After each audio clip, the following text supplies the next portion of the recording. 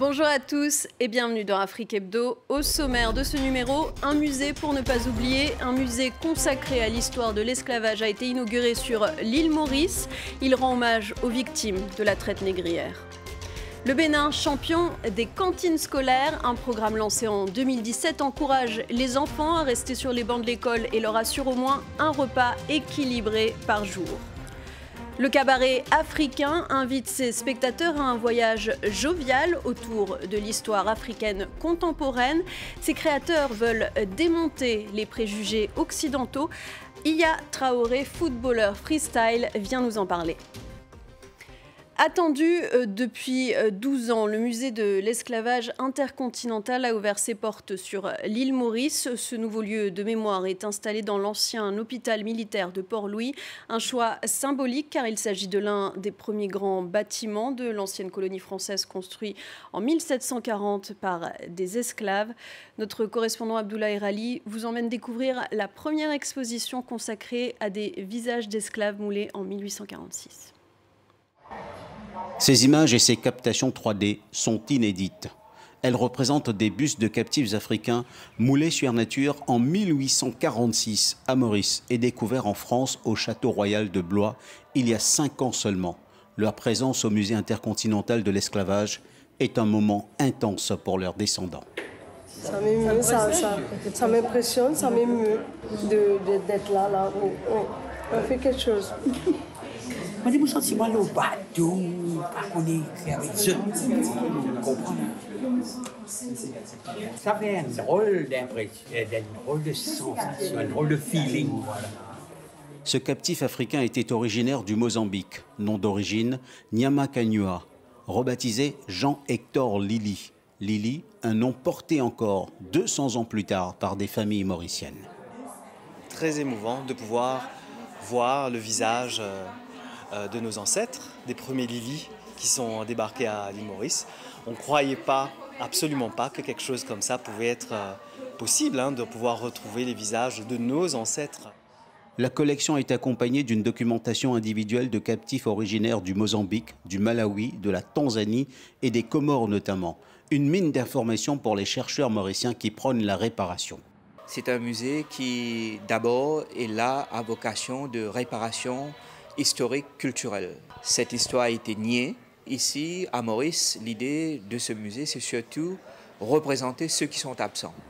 La création du musée intercontinental de l'esclavage découle des 290 recommandations faites en 2011 par la commission Justice et Vérité, une commission destinée à réconcilier la population mauricienne avec son passé. Assurer l'accès de tous à une éducation de qualité sur un pied d'égalité, c'est l'un des objectifs de développement durable adoptés par l'Assemblée générale des Nations unies, objectif fixé pour l'année 2030. Pour le réaliser, Cotonou a lancé depuis 2017 le programme des cantines scolaires. Il vise à maintenir filles et garçons à l'école tout en contribuant à leur apporter une alimentation équilibrée. Plus d'1 million d'enfants bénéficient de ce programme. C'est un reportage d'Emmanuel Sodji et Cynthia Aigron. Dernier préparatif en ce jour de rentrée pour Hélium. À l'heure du déjeuner, elle n'aura plus à parcourir des kilomètres à la plus grande satisfaction de son tuteur. Depuis que son école s'est dotée d'une cantine, ses résultats scolaires se sont inversés. Moins fatiguée, elle bénéficie de plus de temps libre pour réviser ses cours. Son niveau a changé et puis elle fait partie des 5 premiers, ce qui n'était pas le cas les années antérieures. Dans cette école du sud-ouest du Bénin, située au bout d'une piste dans le département du Mono, l'ouverture de la cantine en mars dernier a fait bondir le nombre d'inscriptions en quelques mois. L'effectif a grimpé de plus de 25%. Les parents se disent qu'ils sont soulagés du fait que les enfants ont au moins un repas chaud par jour à l'école. 75% des écoles primaires publiques du Bénin sont désormais équipées de cantines scolaires, presque 3 fois plus qu'en 2017, au moment du démarrage du projet initié par le gouvernement béninois. Sa priorité, cibler les enfants des milieux défavorisés. Il a été noté un fort taux de déperdition scolaire et parmi les causes les plus accentuées se trouve le fait qu'il y ait des difficultés dans les familles qui ne permettent pas de maintenir les enfants à l'école juste parce qu'ils n'ont pas de quoi les nourrir. Pour couvrir toutes les écoles d'ici à 2026, le gouvernement a l'appui logistique du Programme alimentaire mondial. Il est chargé de contrôler l'utilisation des vivres par le biais de partenaires locaux. Des jardins potagers au sein des écoles et des producteurs locaux alimentent également les cantines scolaires. Le Bénin est déjà actuellement considéré comme un modèle au niveau non seulement de l'Afrique, mais vraiment au niveau mondial, autour de l'alimentation scolaire. Et beaucoup de pays, en fait, aimeraient vraiment bénéficier de ce partage d'expériences. Et c'est déjà des choses qui sont en cours. Selon les chiffres officiels, le taux de décrochage scolaire en primaire a reculé de 4% depuis la mise en place de ces cantines au Bénin.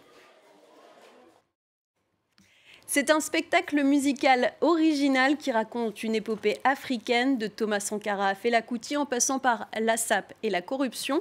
Sujets légers et problèmes de fond sont abordés dans une atmosphère joyeuse. La scène du Cabaret Sauvage à Paris accueille le spectacle intitulé Le Cabaret africain. Pour en parler, j'ai le plaisir de recevoir Iya Traoré. Bonjour. Bonjour. Alors Iya Traoré, vous êtes footballeur freestyle. Est-ce que je peux commencer par vous demander quel est votre rôle au sein de ce spectacle, le Cabaret africain? Mon rôle au sein du spectacle, c'est faire jongler avec le ballon, avec toutes les parties de mon corps, la tête, les pieds. Et je fais des choses incroyables qui seront des surprises si vous venez voir le cabaret. Vous nous le vendez bien. Et donc c'est ça le football freestyle, c'est... Ouais, c'est le football freestyle, c'est à peu près, ça résume ça. Il n'y a pas de contraintes. En fait, c'est pas comme le football classique où on peut pas toucher les mains et tout. Alors que dans le freestyle, on s'amuse vraiment avec le ballon, avec de la bonne musique et. Il n'y a pas de règles. Pas de règles. On va regarder à quoi ça ressemble.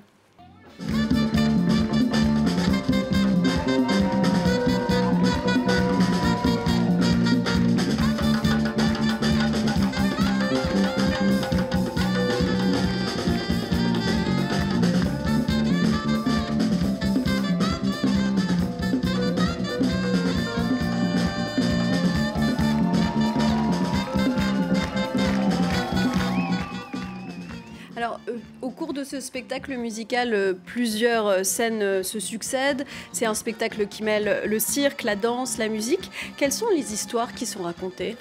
On parle beaucoup on parle de tout ce qui concerne l'Afrique, sans tomber dans les clichés. Et c'est raconté par Soro Solo. Célèbre conteur et figure de la radio. Exactement. Et puis aussi, c'est un spectacle qui a été monté par Méziane. Et donc, on parle beaucoup sur l'Afrique, tout ce qui se passe dans l'Afrique, et puis aussi les choses qu'on n'a pas pu comprendre. Parce que souvent, il y a beaucoup de clichés et tout. Donc, on essaie de faire ça avec la danse, avec la musique et avec beaucoup d'artistes qui sont aussi sur scène parce qu'il n'y a pas que moi, il y a beaucoup des top artistes. Il y a donc cette volonté de raconter le continent africain sans clichés, sans préjugés occidentaux. Exactement. Exactement. Le but aussi, c'est montrer qu'il n'y a pas forcément que les clichés que les gens ils pensent toujours, qu'ils voient l'Afrique, ce côté-là, comme toujours mendiant, qui demande des choses et tout, mais aussi que l'Afrique, c'est beaucoup plus que ça. Et aussi, on est unis et aussi, il y a beaucoup de talents. On montre aussi le côté de tous les talents. On parle beaucoup de talents aussi qui sont en Afrique et aussi les gens qui ont beaucoup d'expérience, qui essaient de mettre l'Afrique en valeur. Et tout ça, c'est raconté dans cette histoire, mais avec la danse, avec la musique, avec le cirque. Et c'est vraiment merveilleux. Moi, en tout cas, je m'éclate quand je suis sur scène avec tous les artistes. Et je pense que ça, on arrive à partager, on arrive à ressentir avec le public qui sont là, qui nous regardent. Et voilà. Et racontez-nous votre histoire à vous. Moi, mon histoire, j'ai commencé en Guinée-Conakry. Jouer au ballon dans la rue comme beaucoup de jeunes. J'ai eu la chance de venir en France pour faire mes études auprès de ma famille. Et c'est là que j'ai intégré le Paris Saint-Germain avec la réserve à l'époque où il y avait Ronaldinho. Malheureusement, je n'ai pas signé professionnel. Donc aujourd'hui, je suis un peu sur... Pourquoi que vous vouliez vous concentrer sur vos études? Exactement. C'est pour ça que vous n'êtes pas resté avec le PSG. Voilà, parce que mes parents ils m'ont envoyé en France pas pour faire le ballon. Mon père n'était pas tout ce qui est ballon, cirque ou autre chose. Donc, ils voulaient que j'ai mon diplôme et c'est à cause de ça que je ne venais pas assez à l'entraînement au Paris Saint-Germain. Finalement, vous étiez trop sérieux. Voilà, ils ont décidé de ne plus continuer avec moi. Et même comme j'avais mon diplôme, et je prenais mon ballon, aller dans les places touristiques comme Tour Eiffel, Champs-Élysées, Châtelet, Beaubourg. Souvent, je suis au Sacré-Cœur, ça m'arrive d'être là-bas. Je grimpe sur les poteaux, je fais les drapeaux et il y a le touriste du monde entier qui viennent là-bas, qui me félicitent. Et en tout cas, c'est un plaisir de partager avec mon ballon de football parce que je n'ai jamais pensé que j'allais arriver à ce niveau. Au début, je voulais juste faire ça par passion et être un grand footballeur comme beaucoup de jeunes en Afrique. Mais aujourd'hui, le fait de pouvoir partager ma passion en dehors du terrain, c'est aussi un rêve qui s'est réalisé parce que j'ai pu avoir 3 Guinness World Records dans le monde entier et je l'ai eu en France, en Italie, à Hong Kong aussi, à Pékin. Et c'est la prochaine étape pour vous? Vous voulez ouvrir une école de football en Guinée pour les jeunes? Oui, ce serait mon rêve aujourd'hui, ouvrir une école de foot, de freestyle, pour pouvoir partager ma passion avec la jeunesse. Et parce qu'aujourd'hui, on les inspire et aussi c'est un moyen pour leur redonner, venir à côté d'eux, partager quelque chose qu'on a pu obtenir sur les scènes internationales. Et voilà, ça me fait vraiment plaisir. Merci Yad Traoré d'avoir été notre invité. Merci beaucoup, à vous. Merci à vous également de nous avoir suivis. Et on va se quitter sur une démonstration en direct. À très vite sur France 24.